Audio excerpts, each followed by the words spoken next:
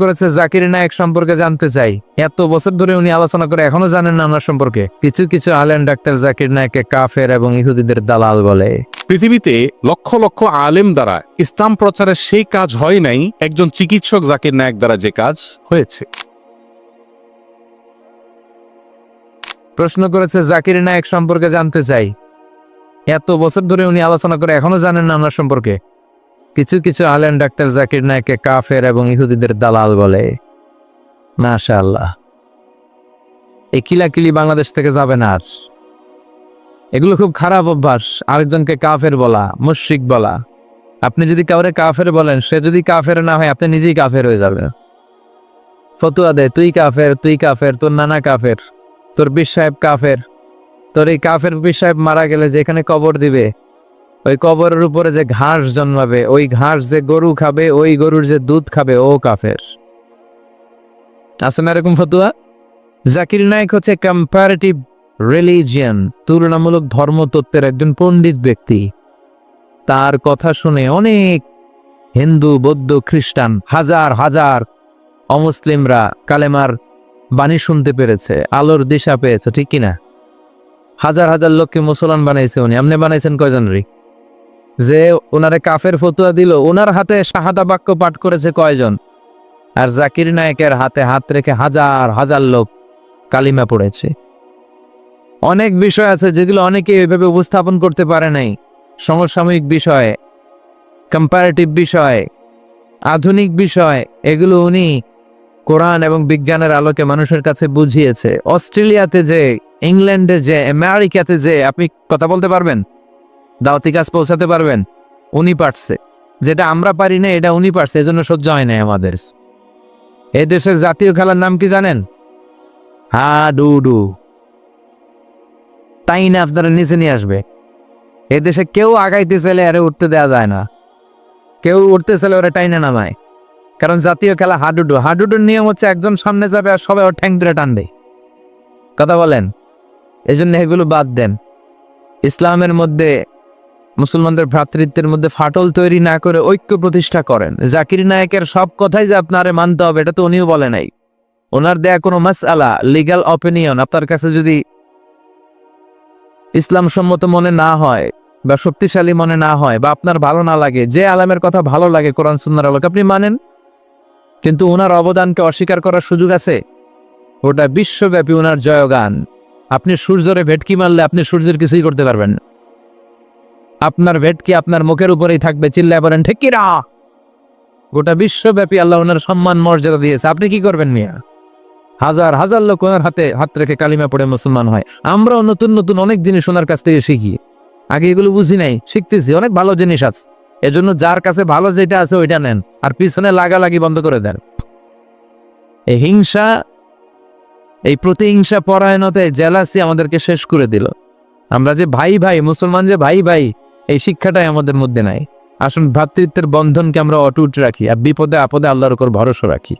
আল্লাহ তুমি আমাদের সবাইকে কথাগুলো বুঝার ও আমল করার তৌফিক দান কর। বিশ্বখ্যাত দায়ী ডক্টর জাকির নায়েক জাকির নায়েকের বাংলাদেশ সফরকে ঘিরে ভারতের পররাষ্ট্র মন্ত্রণালয়ের মুখপাত্র রণধীর জয় সওয়াল বলেছেন, জাকির নায়েক একজন পলাতক আসামি, তিনি ভারতে ওয়ান্টেড। সুতরাং যে দেশেই তিনি যান তাকে গ্রেপ্তার করে ভারতের হাতে তুলে দেওয়ার আহ্বান জানিয়েছেন। এই বক্তব্যকে আপনি কিভাবে দেখছেন?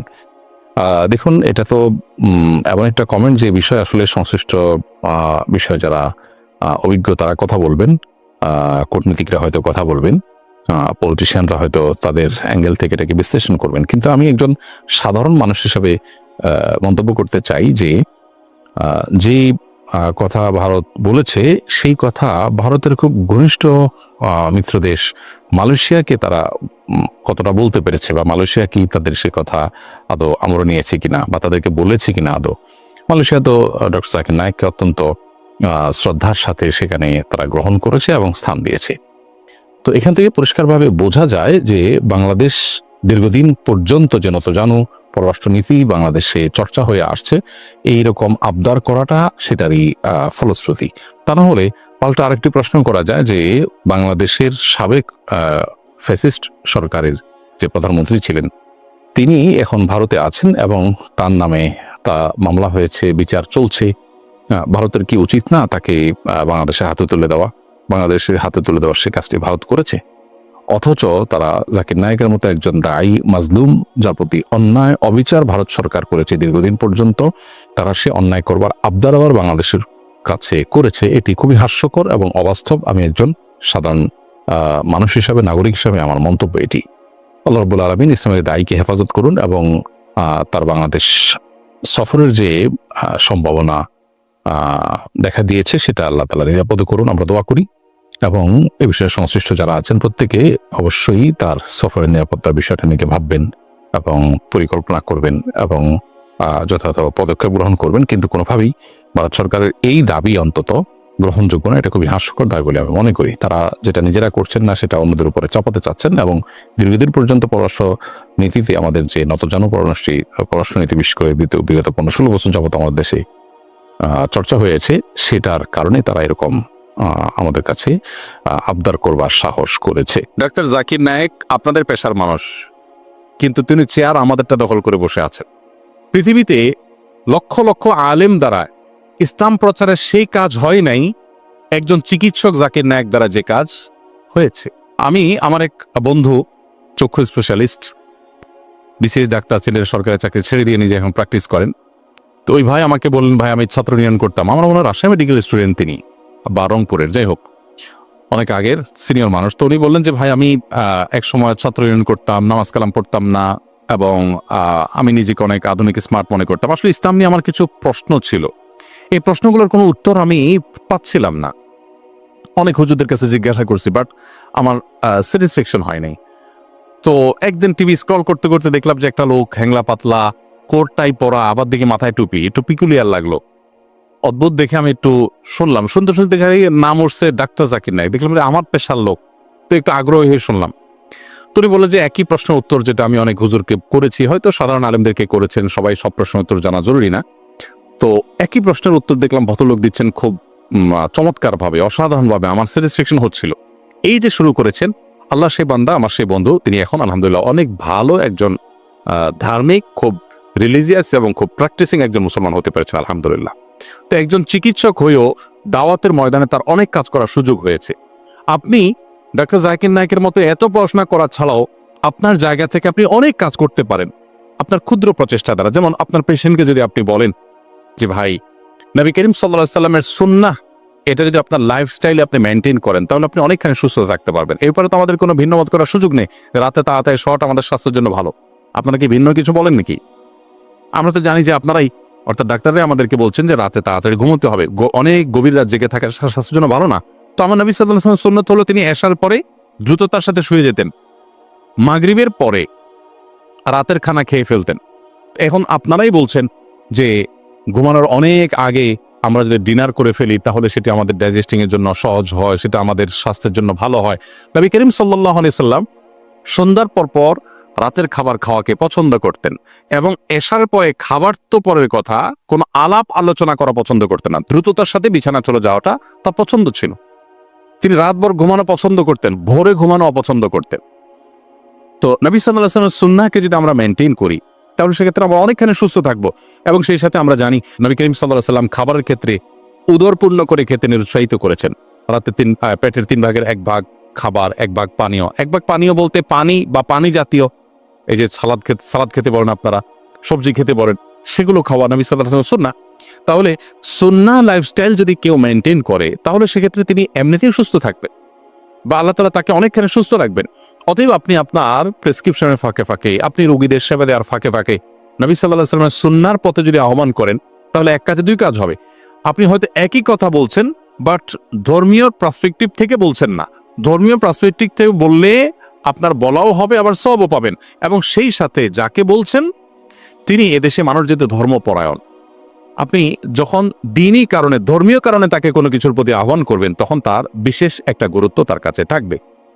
এইভাবে 5 ওয়াক্ত নামাজের মাধ্যমে আমাদের যে ব্যায়াম হয়, আমাদের বিশেষ করে সন্ধ্যায় নবী সাল্লাল্লাহু আলাইহি ওয়াসাল্লাম তাড়াতাড়ি খাবার খেয়ে এশার নামাজ পড়তে মসজিদে যেতেন, জামাতে নামাজ পড়ে আবার আসতেন, এই যে আসা যাওয়া একটা ব্যায়াম হয়ে যায়, তারপরে ঘুমোতে যেতেন, এই জিনিসগুলো যে আমাদের স্বাস্থ্যের জন্য ভালো। আমার মনে হয় সুন্নাহকে, এখানে আপনারা একই কথা বলেন হয়তো, সুন্নাহকে যদি রিলেট করে বলেন তাহলে সেক্ষেত্রে আমাদের জন্য বহুবিধ কল্যাণ হয় এবং দাওয়াতের কাজ হয়। সর্বশেষ যে পয়েন্টটি আমি বলতে চাই তা হলো মেডিকেল সায়েন্স রিলেটেড অনেক ফিক বা অনেক মাসাইল সংক্রান্ত বিষয় আছে, সেগুলো আপনাদের শিখে রাখা খুবই গুরুত্বপূর্ণ, জেনে রাখা খুবই গুরুত্বপূর্ণ।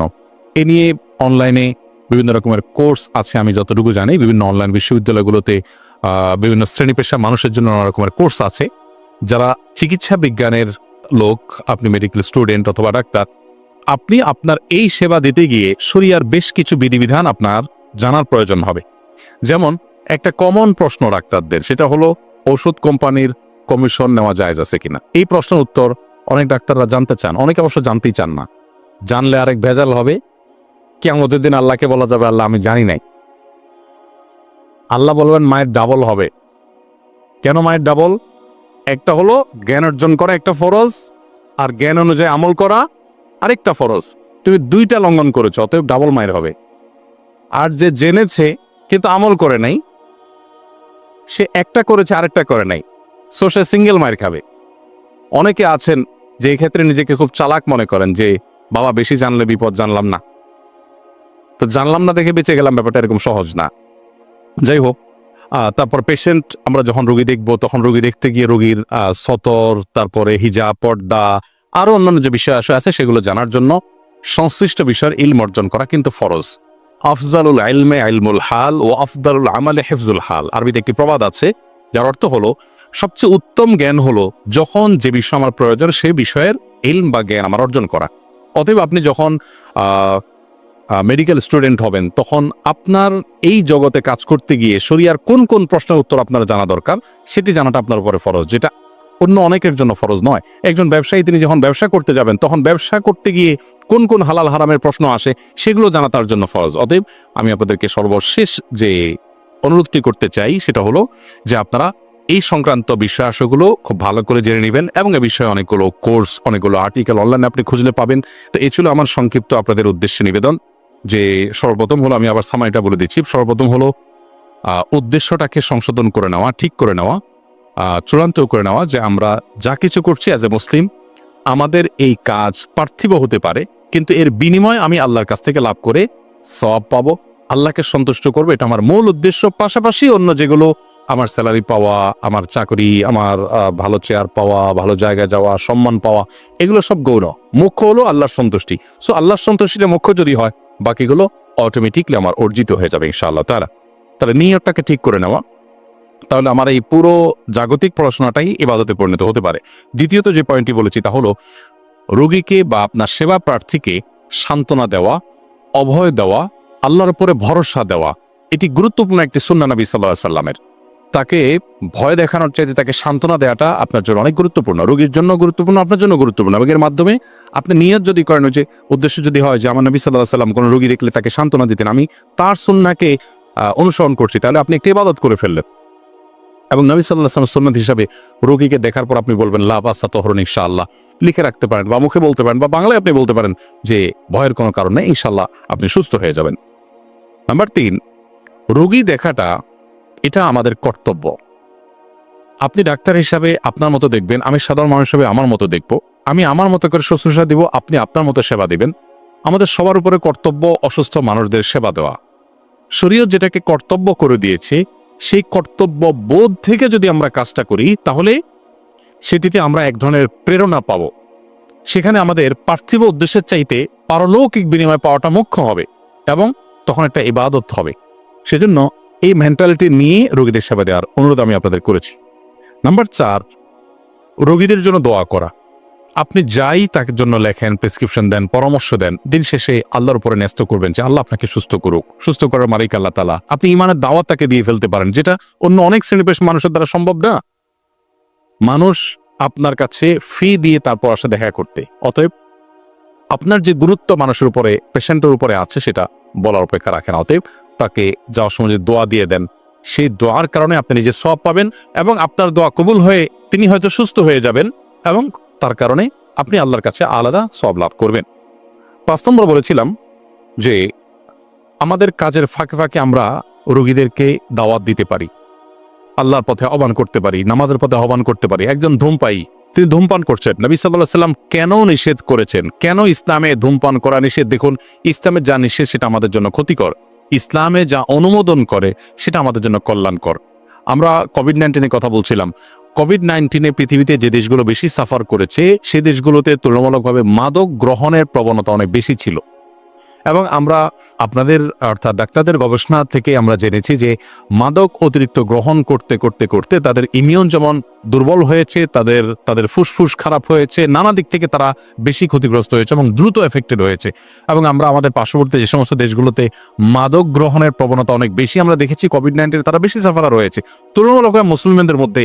এটাও একটা দিক যে সব মুসলমানরাই তুলনামূলকভাবে অন্য যে কোনো ধরনের মানুষের চেয়ে মাদক তারা কম গ্রহণ করে। মুসলমানদের মধ্যে পাপিষ্ঠ খারাপ মানুষ মাদক গ্রহণের প্রবণতা খুবই কম, বেশিরভাগ মানুষ মাদক গ্রহণ করে না।